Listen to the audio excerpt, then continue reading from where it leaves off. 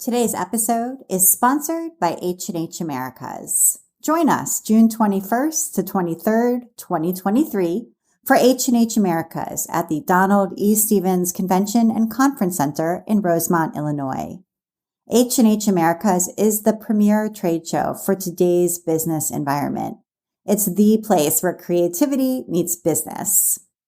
H&H Americas is a business-to-business trade show with an extended digital marketplace accessible before and after the show.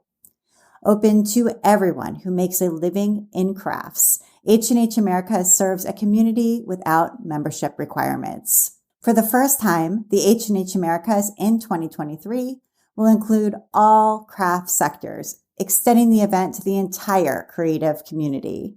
For more information, visit hh-americas.com. Thank you so much, H&H Americas. And now, here's the show.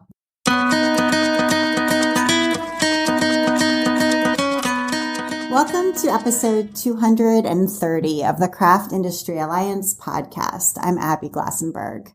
Craft Industry Alliance is a community for craft professionals where you can strengthen your creative business, stay up to date on industry news, and build connections within our supportive trade association.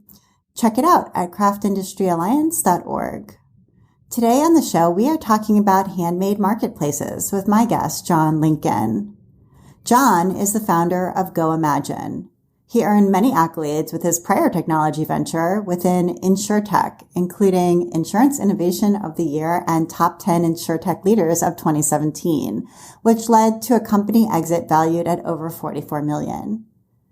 Never a stranger to new ventures, in 2020, Jon entered the world of ecommerce with the launch of Goimagine, a new online marketplace that's the world's first to donate 100% of profits to charity.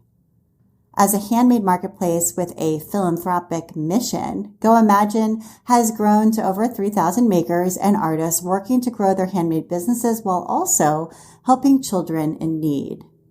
As corporate marketplaces continue to grow and dominate the e-commerce landscape, Jon believes it's time there was a marketplace dedicated to providing social good. Jon Lincoln, welcome. Hello, Abby. It's great to have you. And we first met in person when you drove over to my town in what had to have been the season's absolute worst rainstorm. I was impressed that you made it when we met for lunch. I do remember that. I was excited when I found out you lived close to me so we could get together in person. Yeah, absolutely. That was a crazy storm. So I'm glad to talk to you and hear more about Goimagine. So if you could just start by telling us what Goimagine is, I think that would be a helpful baseline.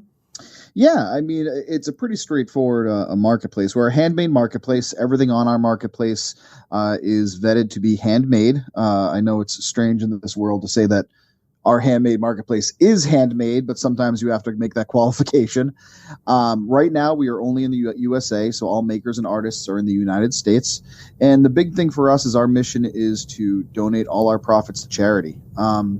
This kind of was an idea I thought of years ago as marketplaces continue to become more and more popular, right? I mean, it's no secret that marketplaces are what I like to call Wall Street darlings, right? They grow so rapidly due to network effects that investors and venture capitalists love getting involved. But I've always felt that the power of a marketplace isn't the innovation being created by the company, it's the people on it. It's the vendors and the buyers that create the value of a marketplace. So the real basic principle here is, what if we took the power of those transactions between buyers and sellers and used that revenue transaction fee to help children in need instead of just lining the pockets of more investors? And so when you say 100% of profits go to charity, I think some people might read that or hear that and initially be a little bit confused and think, well, that means that a seller isn't going to make any profit. They have to donate it to charity. But that's not how this works. Exactly. Yeah. And you're absolutely correct. I mean, so the messaging is certainly something that we continue to work on. But the first thing to mention is, yes, the vendors, of course, make their money. In fact, we often tell people that they make more money on Goimagine than they do other marketplaces because the percentage we take is less. So vendors actually make more. The big thing here is that our operating model is for the profits we make to go to charity. Now, the next question, of course, is for people who aren't as familiar with revenue versus profits, is that we still have expenses, right? So our goal is to still, pay an equitable wage to anybody we hire, reinvest in the marketplace in terms of platform development and all of that. But any profits made above our general expenses are going to charity. Okay, so this is above and beyond, but you're not a nonprofit. We are not a nonprofit. We've actually looked into a number of different business models. Newman's Own is one we've looked at a lot. I'm sure a lot of people are familiar with the salad dressing brand. They also have a lot of other foods, and they've been donating profits to charity for over 40 years. In fact, they've just exceeded $600 million in being donated to charity. So we've looked at their model, which for the first 40 years of their existence, they operated like us. We are now a public benefits corporation, which didn't exist when Newman's Own started. But as a public benefits corporation, what that means is we are a for-profit company, but within our bylaws, in our corporate charter, we have to be providing social good under the terms of giving all our profits to charity. I see. Okay, so that's really helpful to understand kind of the basics here. And I'd love to go back a little bit and learn more about you and your background. It sounds like you came from an insurance background, which some people might think, well, that's odd, like you're not a crafter yourself. So tell us a little bit about sort of college and after college and how that sort of winding path led you to open a handmade marketplace. Well, winding past is probably the best way you could put it. I've always been somewhat of a serial entrepreneur is kind of how I would put it. I actually, in my 20s, starting in college, I was a stand-up comedian, and I actually started running shows throughout New England and booking talent, which led me to eventually open a comedy club in Faneuil Hall, which is in Boston, which I operated for 4 or 5 years. And was somewhat successful on that. You can there's some videos out there if you want to see. But that was really good. But I always like to tell people in my 20s, like most people in their 20s, I was looking to pay rent and beer money, right? So I lived off my businesses, but they weren't scalable, right? As I started to have children going into my 30s, reality sets in. You got to get a more stable job. I got into software. Specifically in cloud-based software, which I saw as a place to grow my profession, which led me to, again, being an entrepreneur, thinking about where I could grow there. So I got into insurance technology, very exciting industry, insurance, and I saw a need there to build a new what's called agency management system on Salesforce, which is a pretty large company. Successfully raised funding for that, brought in a number of investors, raised over $8 million over the course of a number of years. Company still exists. You can check it out at veruna.com, Veruna. And I was lucky enough to exit that 2 years ago, as you mentioned. It was about 3 years ago that I think as I saw myself winding down from my last company, I started, like any entrepreneur, thinking about what's next. What's the next thing I want to do? And I always wanted to do something more philanthropic. I always felt like for whatever reason, my calling was to try and do something that could build a business to help the world. I think I got a little disenchanted with my last company when I was working, 80, 90 hours a week. And the end result, if I succeeded, was to make rich people more wealthy. And, I felt, what if I could use these skill sets to help children in need? So the whole idea was the marketplaces. I mentioned that a moment ago. How do I build a marketplace that can become what I call an engine for social good? And to be honest with you, I didn't settle on handmade at first. I looked at an Airbnb model. Maybe we could do an Airbnb model. Maybe we could do an Upwork to match freelancers. Maybe we could do, an eBay. There's so many different marketplace models out there. A DoorDash, the list goes on. But I ended up talking to a good friend of mine who is now a co-founder in Goimagine. Her name is Stephanie Romke. She is a wonderful artist. She's been a graphic designer by trade for the past 20 years. How old are we? 25 years. But she's also sold on Etsy. She's sold on her own handmade website. She has sold at craft fairs for decades. She has helped me in my other businesses from a graphic design standpoint. And this is now going back 2.5 years that as I'm doing, like any good entrepreneur, doing my market research, I sat down with Steph and I said, hey, Steph, I'm thinking about this concept of a philanthropic marketplace. Tell me about Etsy, because I didn't know about Etsy. I didn't know about the handmade world, but I knew that was a big opening. And she told me, well, there's a lot of sellers that are frustrated with Etsy, right? And I said, all right, tell me more. And so I started to unpack where Etsy is at.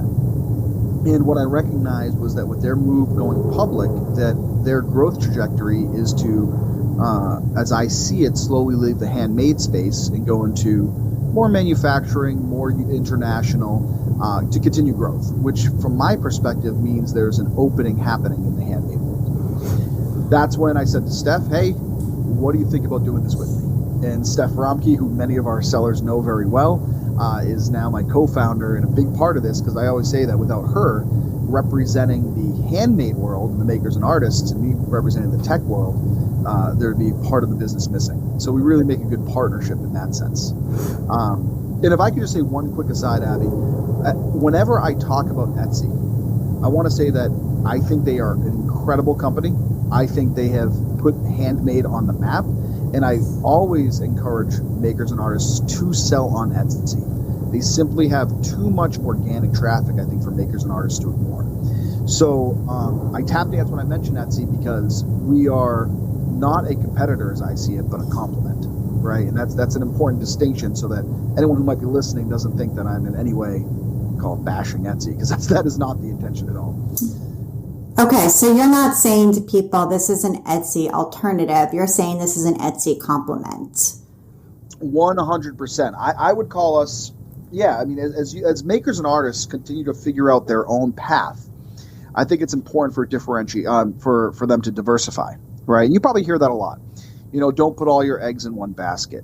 And I think because a lot of makers are disenchanted, as I'll call it, with Etsy, they are just taking their eggs out of the Etsy basket.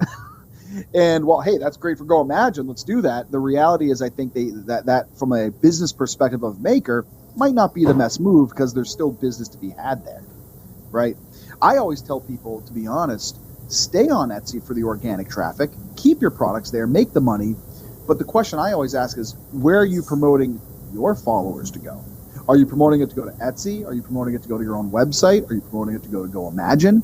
And I always tell them, Etsy doesn't need your help promoting them anymore. People know Etsy. So how can you help lift up another venue to grow into a second source of income for you? So we have a lot of makers and artists that do that now. They help promote Goimagine because they see this as being a second source of income for them, versus continuing to promote Etsy, which is how, by the way, Etsy grew when they started. There's a line that Chad Dickerson, the last CEO of Etsy, said at one point, because of course I've tried to do all my research, and he said, actually in a stockholder meeting, he said the reason for Etsy's fast growth was due to makers promoting their own shops.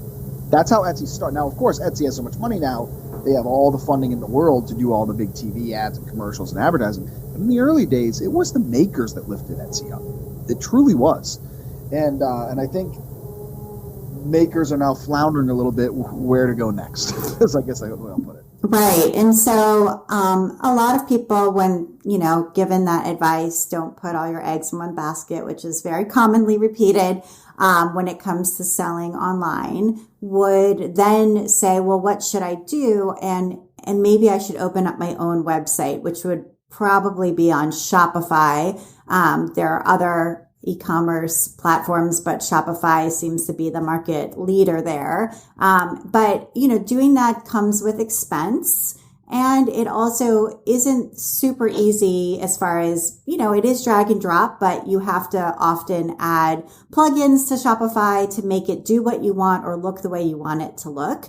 And then also you're responsible for driving all of the traffic there. Mm-hmm. So in what way do you feel like Goimagine is a complement or an alternative to somebody going down that route?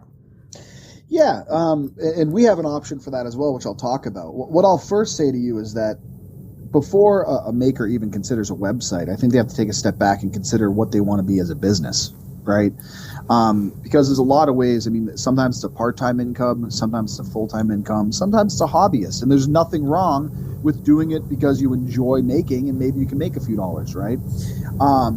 when you look at something like Shopify is an incredible platform.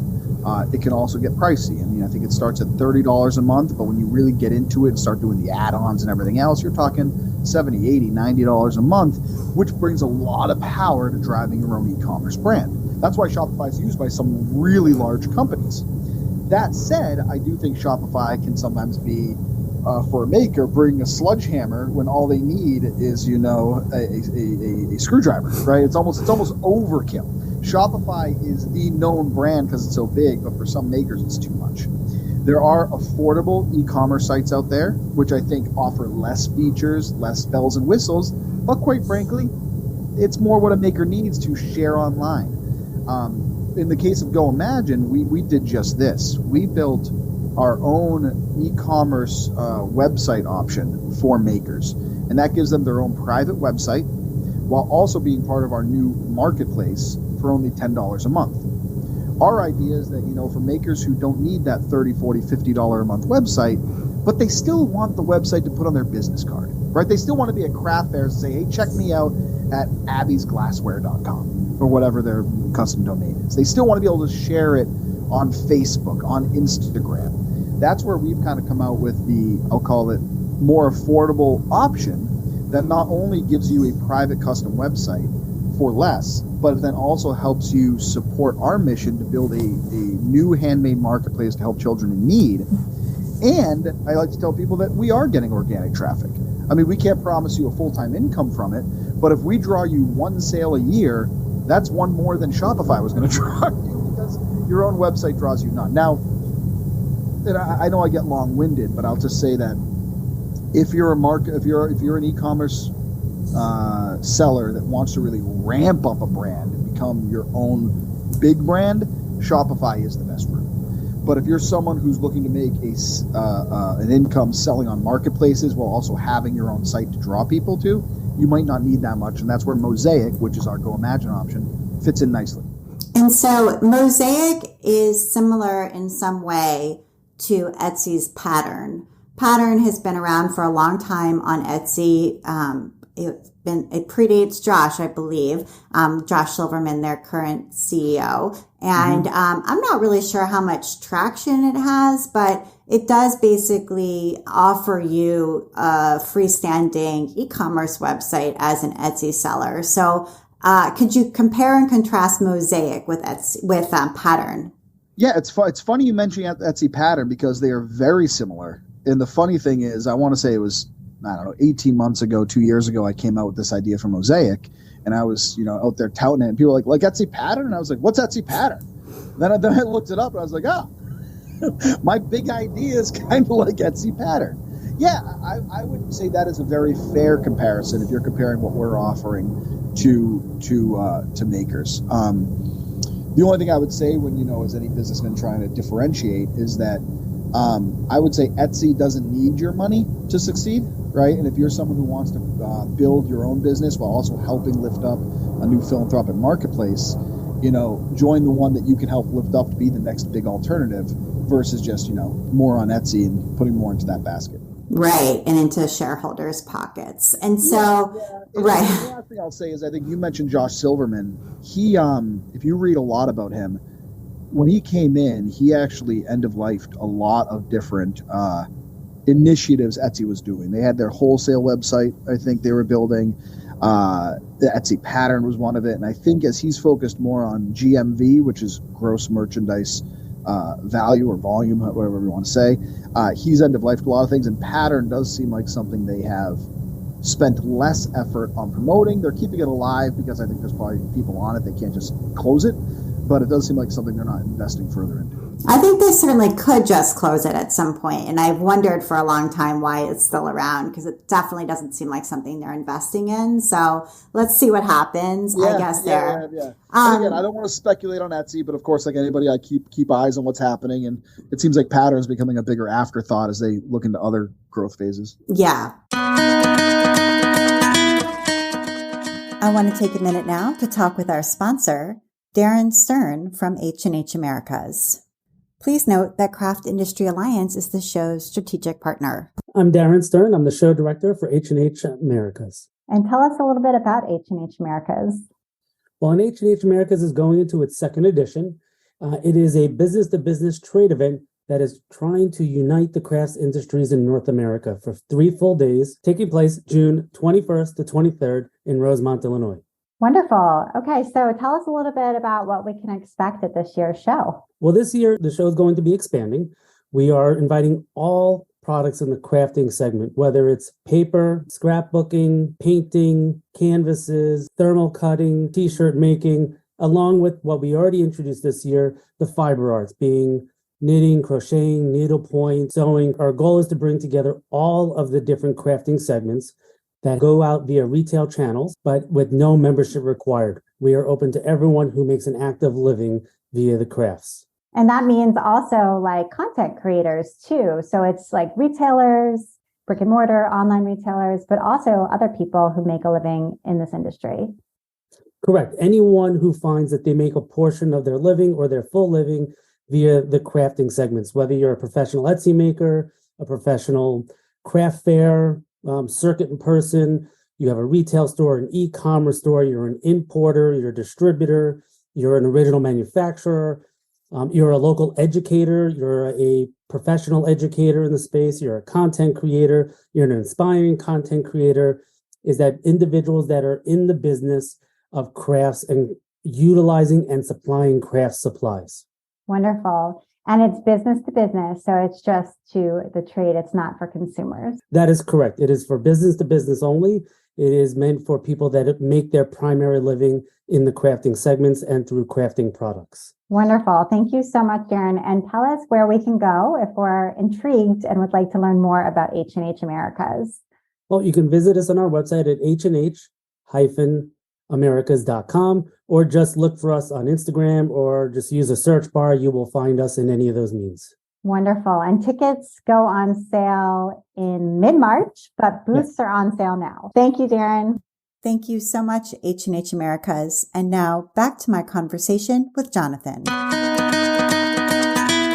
Okay. And then a couple of things. So one question is around the charity aspect. So we mentioned kids earlier. Can you explain what charity partner or partners you're working with and how you chose them? Yeah, sure. So we right now have donated to 4 different charities over the course of 2 years. The first one was local to us, called Horizons for Homeless Children. And when it comes to how do we choose the charities, it started with me wanting to pick one that would be one I think everybody would feel good about, and then also one that through the vetting process really was a good standing charity. I think nonprofits in general, just like with corporate businesses, there can be unethical nonprofits, right? So you have to be careful who you give money to and who you're supporting. 2 good sites to always start with, and this is just good for anyone who's donating, is either go to charitynavigator.com or charitywatch.com. Both, or they might be .org, maybe not .com, but Charity Watch and Charity Navigator are 2 good starting points. That's where you can see a lot of reviews on charities, but also talks about, because it's public record, how much is donated, right? People always get that fear of like, you donate to a charity where the CEO gets a $10 million salary and nothing gets actually donated to their cause.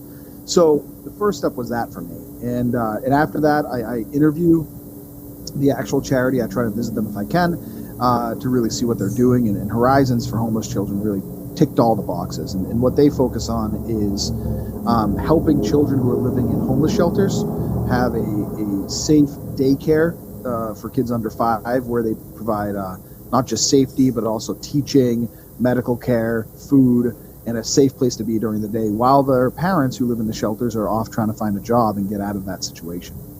Since then, we've added charities based on some maker input. We actually picked a charity out in Oregon called Relief Nursery. That we have a lot of makers out in Oregon that recommended it, and they focus on domestic abuse children. There's another one we just partnered with called Curious Learning. They're a little more international, but they are actually a technology nonprofit that are helping children around the world learn to read in impoverished nations that otherwise would never learn to read. And another one was Shine Initiative we gave $1,000 to, and they focus on mental health for adolescents. That's where we're at today. You know, our goal is to involve a more democratic process in the future. for giving out charitable donations. I mean, at this stage, we haven't given out so much that the democratic side of things really is necessary, but I definitely want to involve vendor input, and we'll talk about that in a moment, to decide in the future where our charitable donations go. Okay, that's great. And can you talk a little bit about fees? Because you mentioned earlier, in comparison to Etsy, the fees are less. So when we were talking about what it means to donate 100% of profits to charity. So what are the fees? And you mentioned it was $10, I think, a month for the Mosaic website. And I'm imagining that's in addition to, transaction or listing fees on the Goimagine site. Yeah, certainly. Yeah. So we start at $2.50 a month. So it's a subscription to start, as low as $2.50. If you're comparing to Etsy, they have their 20 cents per listing fee. We don't have a per listing fee. We just do a flat monthly fee. So it's $2.50 for up to 25 products on the platform. Then we have the other couple plans, which go to $5 a month and $10 a month up to Mosaic. And with each plan, you get, I would say, more features. With Mosaic, you obviously get your own website. For the $2.50 plan, you're getting the ability to be on the marketplace. From a transaction fee, we're looking at 5%. At the highest level, so 5%, which is less than the Etsy fee, which is 6.5%, or of course the Amazon or the eBay fees. And as of right now, there are no other I'd call it hidden fees. There's the payment transaction fee for Stripe. That doesn't go through us though. That would be through Stripe, which is 2.9%, like any payment processor. But the fee coming to Goimagine is 5%. Okay, great. And often when folks in the business world or investment world talk about marketplaces, and I'm thinking of, the Etsy earnings calls and things like this, they talk about something called a flywheel. I don't know if you've heard that term. Oh, yeah. But can you explain how a marketplace growth is a flywheel? Yeah, or the flywheel effect is what they say. And this is where having this interview, I love talking to you, Abby, because it's where do you go into business jargon versus who the audience is. So I alluded to it earlier, why Wall Street loves marketplaces. And what you're saying here is exactly why. It's called the flywheel effect, or sometimes it's called network effects. And it's the idea of more sellers will bring more buyers will bring more sellers will bring more buyers. And when you hit what's called the flywheel effect, it starts to grow exponentially on its own. And it all comes from the idea of, think about spinning a really heavy wheel. Think about it in your mind. Imagine a 400-pound wheel that's on an axle that you're trying to turn. At first, it's really hard. You can't really get it going. And then it gets a little easier and a little easier and a little easier, and then by the end of it, with your pinky, you're pulling this wheel, and it's flying 100 miles an hour, and you're putting no effort into it. And that is what a marketplace is at its core. In the early days, it's that heavy effort to get that flywheel going, really pulling it hard. But when you get the buyers and the sellers all joining together, it becomes exponentially easy to start seeing it spin. And that also creates what they call a moat in terms of business, where now it's hard for a disruptor to even come in to compete with you because you have a flywheel going that doesn't take a lot of effort. Well, someone new has to not only start with that hard effort of starting it, but also compete while starting it, versus when you were the only one out there. And that concept of the flywheel effect that you hear about is across all marketplaces, whether it's the Airbnb, the Uber. There's tons of them now, right? And they all usually end up getting acquired by Wall Street and going public. And that's why by the time they go public, they have a flywheel that's going so strong that it's a very good bet on that marketplace. So hopefully that explains a little bit of the flywheel. And where would you say Goimagine is on that flywheel trajectory at this time? I would say we are, and it's a great question, we are in the early stages. The other thing, if you do a lot of research on marketplaces, they will also talk about the chicken or the egg, right? When they say chicken or the egg, they're talking about which comes first, the buyers or the sellers, right? Because with any marketplace, you need both, but which came first? And for most e-commerce marketplaces, including us, it has to be vendors. I mean, you can't really advertise to buyers to come to a marketplace if there are no products on it to buy, right? So we have invested early in the vendor inventory. Now, I think for a lot of new vendors who are supporting our cause, and we've had some that have left, some that are sticking with us forever, is they'll say like, well, we got to get more buyers. And so we're actually transitioning this year coming up. We got some funding we can talk about to start focusing on the buyers. But really the past 24 months has been solidifying a vendor base of inventory. So as we now start to transition to really focusing on buyers, there's not only something for them to come and buy, but a reason for them to come back and a reason to start building on buyer retention. And so where we are is, I would say we are, on the vendor side, I think we're in a good spot in terms of vendor retention and vendor growth. On the buyer side, that is our next big thing that we are really focusing heavily on with some of the new funding we've brought in.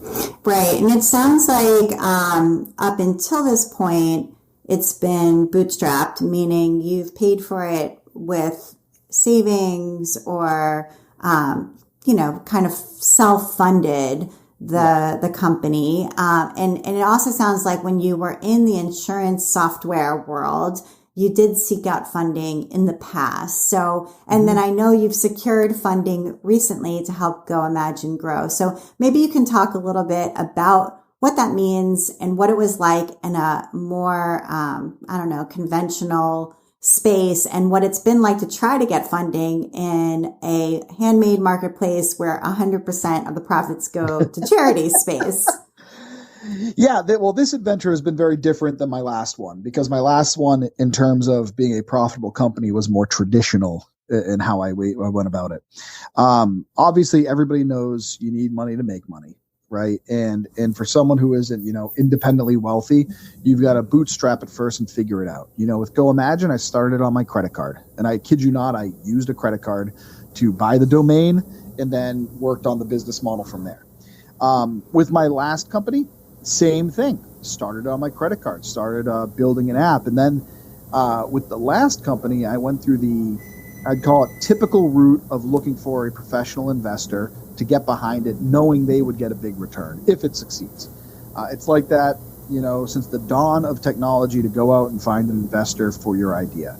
I was lucky enough in the early days of Varuna to raise $500,000. Show growth. We raised another, I can't remember exactly how much when, but it was probably within the next 2 years of that, raised another couple million.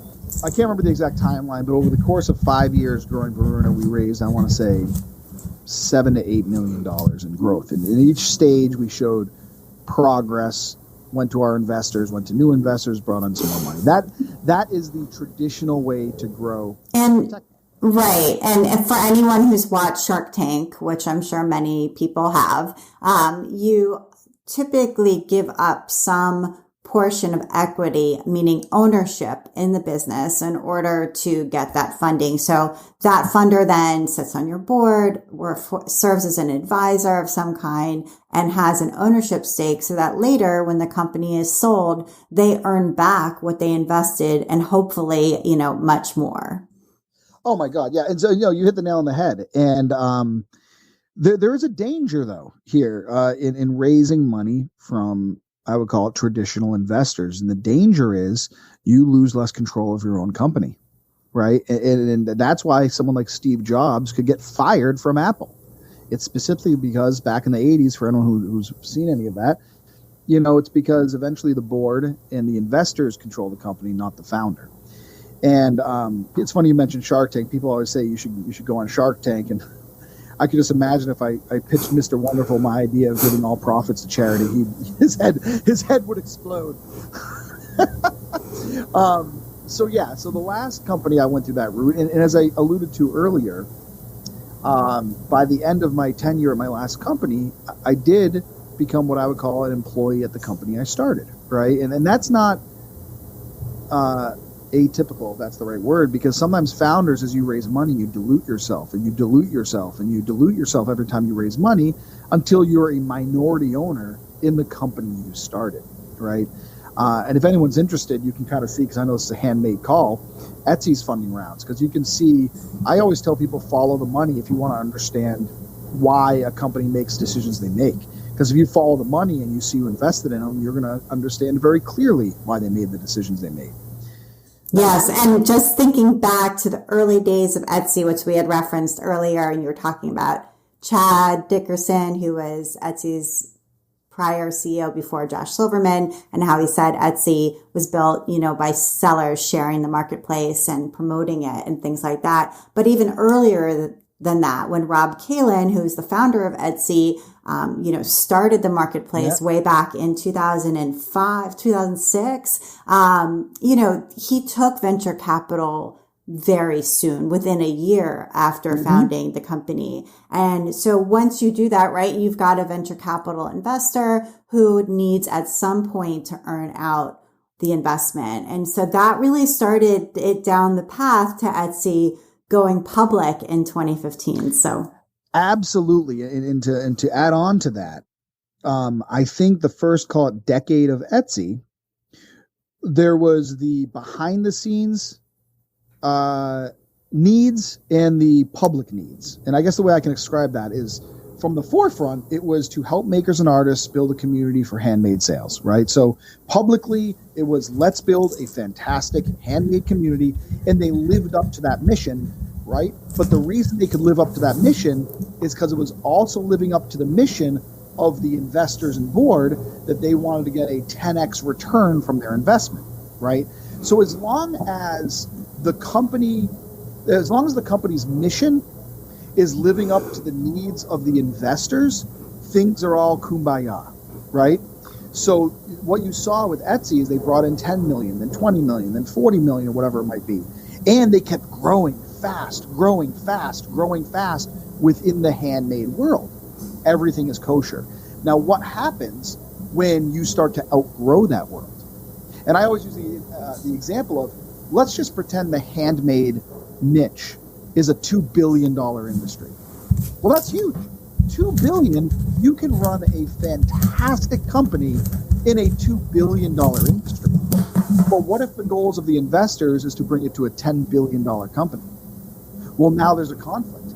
And so as Etsy grew, when they started to peak in the handmade space, and they peaked maybe in 2015, 16, you might know better than I do, but as they peaked in that niche, but the investors needed to see more earnout, they had to make changes based on the investors' desires, not on the desires of the community. And right around that time is when you saw things like, oh, well, now we're going to allow production partners, right? Because, they can couch it as a way to say, well, it's to help handmade people grow bigger, but reality is production partners is to allow manufacturing into a handmade world, right? At least as I see it. Depends on the type of production partner, that debate can be held. But then you can see the other decisions they made, like by increasing their take rate, going from 3.5% to 5% to 6.5%. That wasn't necessarily because the company wasn't viable at 3.5%. It's because they have to meet the investor growth, right? And again, I want to couch this with Etsy is what they've done to the T has been a hugely successful company.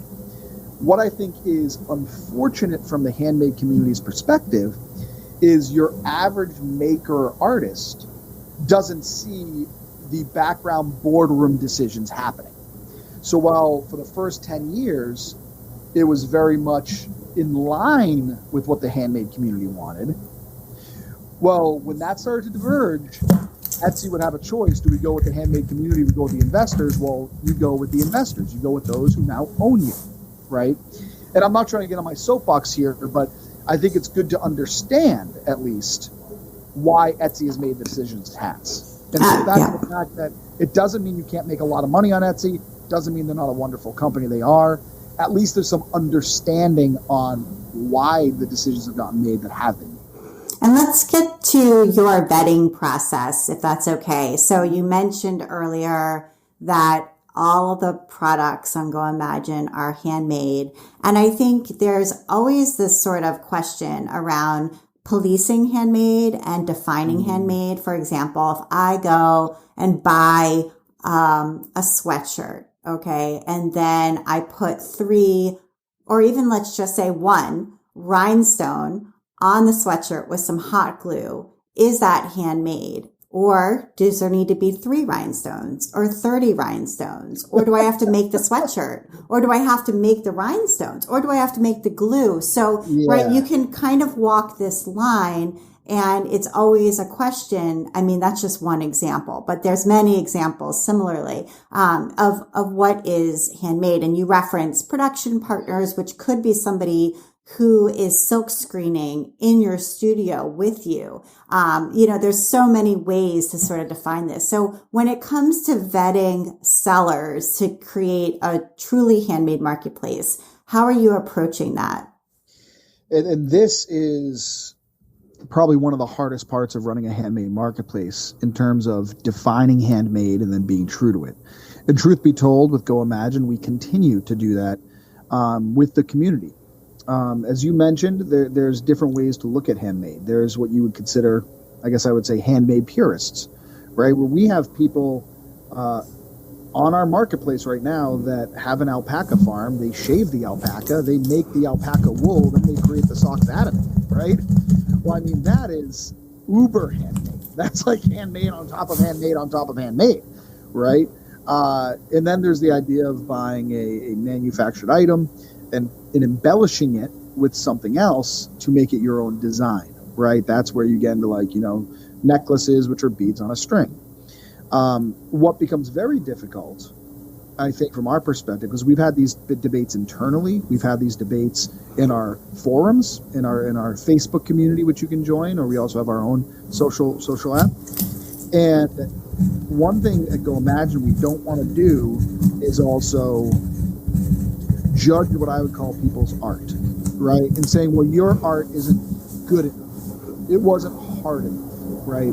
So as of today, our handmade guidelines dictate that you can use manufactured supplies, but what you have made out of those manufactured supplies needs to be significantly different enough that it's sold on the merit of that change, right? Now, does that mean, in your example, a rhinestone on a shirt? That is where the gray lines start to blur, is the best way I'll put it. One thing we actually have right now is we've got one person doing our handmade vetting, and we actually are looking at creating what I would call a handmade integrity team, right? As we continue to grow, it does get harder. And in fact, I'll mention this, that the bigger you get as a marketplace, the harder it is to police it. When you have 500 products a day getting posted to your marketplace, that's much easier than an Etsy that has 500,000 products getting posted a day. So it's not surprising if things get through Etsy faster, right? Because it's just, how do you police that? They're getting into AI and machine policing, right? But from our perspective, our goal is not to get that big, and our goal is to have a handmade integrity team. One change I think we're making, and I don't want to go down a rabbit hole here, is how we do look at production partners, right? There is a difference in my mind that if you are we've had this debate as well. There's a difference that if you're a high quality photographer that needs to outsource to a printing lab to have them do high quality framed prints that are drop shipped, is very different than if you're someone who bought stock art and then sent it to Printify onto a stock t-shirt and had them fulfill it, right? There is a line there. We've started with no production partners, right? Because what we want to avoid is that stock art going onto a stock item being fulfilled by a warehouse. I mean, so right now our rule is if the hands of the maker didn't touch it, it cannot be qualified as handmade. I mean, that's, from my perspective, that is the first vet of our handmade guidelines. If the hands of the maker didn't touch it, it isn't handmade. The only place I see now that may be changing in the future is when it comes to high quality photography or high quality art prints versus the mug that has stock art. So without belaboring the point, where we are today, you can check out the handmade guidelines on our website. Where we are tomorrow is going to be determined by the community as we continue to discuss it. And we'll never make decisions on our part carte blanche. It's always going to be involved with the community to make sure that people are in alignment, even though, quite frankly, there's going to be debate. And then people are going to get angry because people have different ideas of what handmade is. And let's talk a little bit about scale. So you mentioned earlier that there may be, such and such number of makers in the US. And so that might lead to a marketplace of this size if you're able to reach everybody. But, for shareholders, that may not be enough. And if they're demanding, 10 times that, then you have to make compromises. So, I think that there is an argument to be made that handmade doesn't scale, or it's harder to scale. And I think you've got a vision for Goimagine that doesn't involve massive scale. So maybe you can talk a little bit about that. Yeah, we are the antithesis of the traditional way of thinking. And what I mean by that is, given our model of all profits go to charity, it has taken off the table any traditional venture capital investors. To most VCs, they look at us like the Black Plague, right? And I have venture capital friends. I've talked to them, and they love what we're doing philanthropically, but the idea of investing is just beyond confusing to them. And I do think that part of the problem with our existing corporate world is that growth for the sake of growth has become the primary motive, right? When you look at, the stock market in Wall Street, the only way investors get paid out is if you keep growing. And if you've stopped growing, you have failed. Even if you have your $200 million company paying good wages, the CEO is getting a good wage, people are living well, you have failed that year if you didn't grow, because without growth, investors don't get more money. That doesn't mean that's how business is supposed to run. It doesn't mean that's how businesses were designed in the first place. Getting on my high horse here, I think the American dream has a little bit been corroded by corporate runaway capitalism. Because if you look at what I think is the traditional American dream, it's to build a business. You came from overseas and you wanted to be a butcher, a candlestick maker, a pharmacist, and you could open up in your town and you could run a good business, have a good life to raise your family, and be proud of that. Somewhere along the line with industrialization and globalism, it went from the American dream being you can run your own local business in town to sustain your life to, well, you're not a pharmacist anymore. I want to own every pharmacy throughout the country and put every other pharmacy out of business. And if you don't do that, you have failed, right? If you have not put out every hardware store because you are the hardware conglomerate, you have failed. And as that has transitioned online, the same thing's happened. This is a long way of me saying that handmade, you're right, doesn't scale in the corporate runaway capitalism world. But handmade is an extremely viable marketplace that can stay true to its roots as long as what you're trying to grow is an ethical company to provide for the employees and provide for the handmade artists that are on it. And so our goal from a growth standpoint is to get to that viable place. And so the funding that you've taken is debt funding. So the funder or funders who provided this new or first really round of funding is they're loaning you that money for a period of time in the hopes that Goimagine will grow in ways that you'll obviously be able to repay them. But there's some collateral in a loan rather than equity in the company. Correct. Yeah. So we just raised, which is very exciting. We were just able to raise $400,000 to work on taking our marketplace and our platform to the next level. Over the past year and change, I focused heavily on trying to raise some funding so we could then push forward and get to the next level. And to what you just mentioned, yeah, we took on debt from what I call angel debt from a philanthropic investor. They loved what they see in our mission. They want to support it. On their end, it is a high risk investment. I mean, we are a new platform, which means there's risk involved that they could lose it all. But by taking on a debt structure, it means that we retain ownership in the company to continue to stay true to our roots, true to our mission, and grow based on our desire to be sustainable, not at the cost of exponential growth, right? So yeah, and the last thing I'll mention is that the beauty is that when we get to sustainability, we just have to continue sustainability, which means might be 25,000 sellers, 50,000 sellers.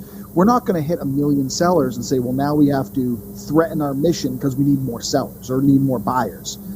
We're going to hit sustainability and then not have to push to that next level because we don't have that extra pressure from investors to change who we are just for the sake of growth. Right. So it keeps the priorities aligned over the longer term. And I wondered if you could talk a little bit before we get to your recommendations about the Etsy strike. So you and I chatted while it was happening. And if for those who aren't familiar with it, it was a group of sellers who put together an online petition that got a lot of press coverage. They were really effective in getting every major media outlet, from the New York Times and the Wall Street Journal to much smaller ones, to digital press outlets, to cover it. And they were really effective at doing that. So I wondered what you thought about the Etsy strike, what it says about Etsy, and yeah, just talk a little bit about your perspective on what happened there. Well, first off, what they did was incredible. You know, if I could find a way to bottle up their public relations ability to be seen on every Forbes and NBC there is, was amazing. But I really think with the Etsy strike, they struck a nerve, right? And that nerve was struck not because of what just Etsy did, but because what we're seeing in society from the gig economy, the sharing economy, marketplaces, where you see corporations treating their vendors as cattle, right? And what I mean by that is that you see it in Uber, right, where they try to push down the wages. They try to make them work longer hours. They don't give any health insurance, even though they're pretty much full-time workers. You're seeing this throughout all these marketplaces because the vendors don't have a seat at the table, right? They have no control over what's going on. So while these vendors are investing a large part of their life, their business, and who they are in this marketplace, marketplaces are staying true to their investors because the vendors are not their investors. And that is a natural conflict of interest, I would call it. And I think it's taken years in the Etsy front to bubble to the surface. And the Etsy strike, I think, was nothing more than a reaction to all the changes that were happening. It's debatable how effective that Etsy strike was in terms of making Etsy make any changes. But what it showed was the frustration these sellers have had with the changes, not just in the Etsy world, but it shined the light, I think, on the marketplace model in general. And it also, I think, shows what I was talking about before, where Etsy sellers are starting to see what they didn't see before, which was the decisions in the back room of Etsy were never fully aligned with the vendors long term. They only could sustain that until they had to outgrow them. And so that I thought was kudos to the Etsy strike on raising that awareness. For those, and I'll give them a pitch right now, they have actually spun off now into what's called the Indie Sellers Guild. You can check them at indiesellersguild.org. If you are a maker or an artist, I think you should definitely check out the Indie Sellers Guild. They're working to continue representing makers and artists in a fair way, not just in Etsy, but across all platforms. So I think they're on to some really cool and exciting things, and I'm along to watch them. I'm excited to see where it goes for them. I think that if nothing else, they raised in the public consciousness a doubt that sellers on Etsy are satisfied, and that is helpful in the long term. Absolutely, and they've also started to show that that the traditional marketplace model of the past 20 years might have flaws, right? Because the internet, although it's been 25 years, it's still a baby, and people are still figuring out how it's affecting society. And I think this is where they shine the light that maybe it's not all roses for the vendors on these marketplaces. Right, exactly. Well, Jonathan, that was really helpful. I want to get to your recommendations. You have a couple of things to recommend. One of them is a book, and this book is unusual in that it was written in 1904, and it's called As You Think. As You Think, yeah. So it was written in 1904, and I'm a believer in, I guess, what you would call it, self-actualization. I think that your mind is a very powerful tool if you grow it and stay healthy and open it. And there have been books in the past. I'm sure a lot have heard of, like, The Secret, which had its buzz back in the 2000s. But there's one book called As You Think was originally called As a Man Thinketh. They I think rebanded it at some point because it's not just about men. But it was written in 1904, and it's all about kind of that universal thinking of your thoughts are not just powerful, but they can control a little bit of your destiny. Between having negative thoughts and positive thoughts. And one thing they talk a lot about in this book is the term peace be still, to always remind yourself that no matter what's happening in the chaotic life you're living, to take a step back, think, calm down, and reset.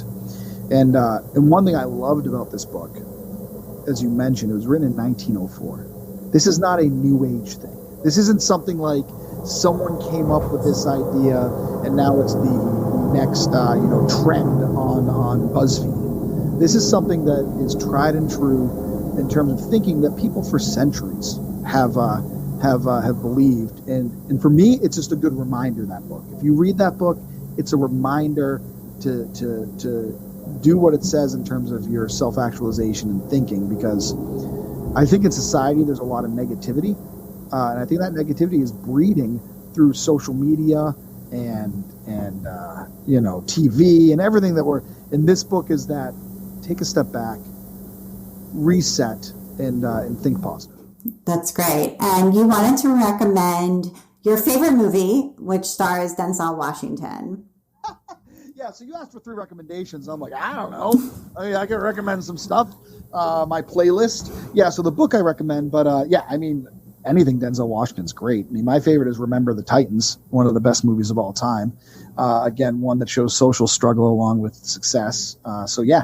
If you haven't seen Remember the Titans, I haven't. So good to know. Remember the Titans? No, I'm anyone who listens to the show knows, like, I don't watch anything. And so I'm completely like, it's pretty bad. But I mean, that movie is it's 25 years old. I know. One of my favorite movies of all time. I'm very behind. Okay. And then you wanted to recommend a show on Netflix that my husband is actually watching as well, called Manifest. Yeah, I mean, for someone who's looking to binge watch something that is good, I just started watching that last week. So Remember the Titans I saw 25 years ago, but recently Manifest. Awesome show, binge-worthy, I would call it. And if you like the show Lost back in the day, very much in that vein of craziness. That's great. Well, those recommendations help us to get to know you a little bit better. So I'm glad that you recommended them. And thank you so much for taking the time to be on the Craft Industry Alliance podcast. It was great talking to you, Jon. I always love talking to you, Abby. Thanks for having me. And you've been listening to the Craft Industry Alliance podcast. I'm Abby Glassenberg. Today's episode was sponsored by H&H Americas. Join us June 21st to 23rd, 2023 for H&H Americas at the Donald E. Stevens Convention and Conference Center in Rosemont, Illinois. H&H Americas is the premier trade show for today's business environment. It's the place where creativity meets business. H&H Americas is a business-to-business trade show with an extended digital marketplace accessible before and after the event. Open to everyone who makes a living in crafts, H&H Americas serves a community without membership requirements. For the first time, the H&H Americas in 2023 will include all craft sectors, extending the event to the entire creative community. For more information, visit hh-americas.com. Craft Industry Alliance is a community for craft professionals. When you become a member of Craft Industry Alliance, you get in-depth coverage of craft industry news, the opportunity to connect with fellow professionals for advice and support, and access to an educational library filled with ideas, tools, and resources to help you as you build your business. Join us at craftindustrｙalliance.org. Thank you so much, and I'll see you next time.